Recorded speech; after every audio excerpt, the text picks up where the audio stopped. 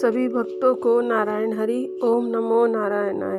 ओम नमो भगवते वासुदेवाय नमः। आज हम आपको एकादशी की कथा सुनाने जा रहे हैं। आज की एकादशी का नाम पुत्रदा एकादशी है। भगवान श्री कृष्ण ने कहा, राजन, पौष मास के शुक्ल पक्ष की जो एकादशी है उसे बतलाता हूँ, सुनो। महाराज, संसार के हित की इच्छा से मैं इसका वर्णन करता हूँ। राजन, पूर्वोक्त विधि से ही यत्न पूर्वक इसका व्रत करना चाहिए। इसका नाम पुत्रदा है। यह सब पापों को हरने वाली उत्तम तिथि है। समस्त कामनाओं तथा सिद्धियों के दाता भगवान नारायण इस तिथि के अधिदेवता हैं। चराचर प्राणियों सहित समस्त त्रिलोकी में इससे बढ़कर कोई दूसरी तिथि नहीं है। पूर्व काल की बात है, भद्रावतीपुरी में एक राजा सुकेतुमान राज्य करते थे। उनकी रानी का नाम चंपा था। राजा को बहुत समय तक कोई वंशधर पुत्र नहीं प्राप्त हुआ, इसलिए दोनों पति पत्नी सदा चिंता और शोक में डूबे रहते थे। राजा के पितर उनको दिए हुए जल को शोकोच्छ्वास से गर्म करके पीते थे। राजा के बाद और कोई ऐसा दिखाई नहीं देता जो हम लोगों का तर्पण करेगा। यह सोच सोचकर पितर दुखी रहते थे। एक दिन राजा घोड़े पर सवार हो गहन वन में चले गए। पुरोहित आदि किसी को भी इस बात का पता न था। मृग और पक्षियों से सेवित उस सघन कानन में राजा भ्रमण करने लगे। मार्ग में कहीं सियार की बोली सुनाई पड़ती थी तो कहीं उल्लुओं की। जहाँ तहाँ रीछ और मृग दृष्टिगोचर हो रहे थे। इस प्रकार घूम घूम कर राजा वन की शोभा देख रहे थे। इतने में दोपहर हो गया। राजा को भूख और प्यास सताने लगी। वे जल की खोज में इधर उधर दौड़ने लगे। किसी पुण्य के प्रभाव से उन्हें एक उत्तम सरोवर दिखाई दिया, जिसके समीप मुनियों के बहुत से आश्रम थे।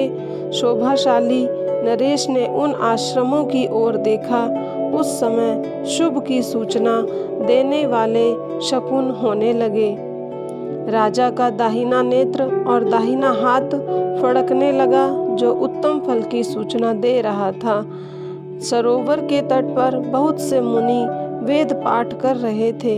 उन्हें देखकर राजा को बड़ा हर्ष हुआ। वे घोड़े से उतरकर मुनियों के सामने खड़े हो गए और पृथक पृथक उन सब की वंदना करने लगे। वे मुनि उत्तम व्रत का पालन करने वाले थे। जब राजा ने हाथ जोड़कर बारंबार दंडवत किया तब मुनि बोले, राजन, हम लोग तुम पर प्रसन्न हैं। राजा बोले, आप लोग कौन हैं? आपके नाम क्या हैं तथा आप लोग किस लिए यहाँ एकत्रित हुए हैं? यह सब सच सच बताइए। मुनि बोले, राजन, हम लोग विश्व देव हैं। यहाँ स्नान के लिए आए हैं। माघ निकट आया है। आज से 5वें दिन माघ का स्नान आरंभ हो जाएगा। आज ही पुत्रदा नाम की एकादशी है, जो व्रत करने वाले मनुष्यों को पुत्र देती है। राजा ने कहा, विश्व देवगण, यदि आप लोग प्रसन्न हैं तो मुझे पुत्र दीजिए। मुनि बोले, राजन, आज के ही दिन पुत्रदा नाम की एकादशी है। इसका व्रत बहुत विख्यात है। तुम आज इस व्रत का पालन करो। महाराज, भगवान केशव के प्रसाद से तुम्हें अवश्य पुत्र प्राप्त होगा। भगवान श्री कृष्ण कहते हैं, युधिष्ठिर, इस प्रकार उन मुनियों के कहने से राजा ने उत्तम व्रत का पालन किया। महर्षियों के उपदेश के अनुसार विधि पूर्वक पुत्रदा एकादशी का अनुष्ठान किया। फिर द्वादशी को पारण करके मुनियों के चरणों में बारंबार मस्तक झुकाकर राजा अपने घर आए। तदंतर रानी ने गर्भ धारण किया।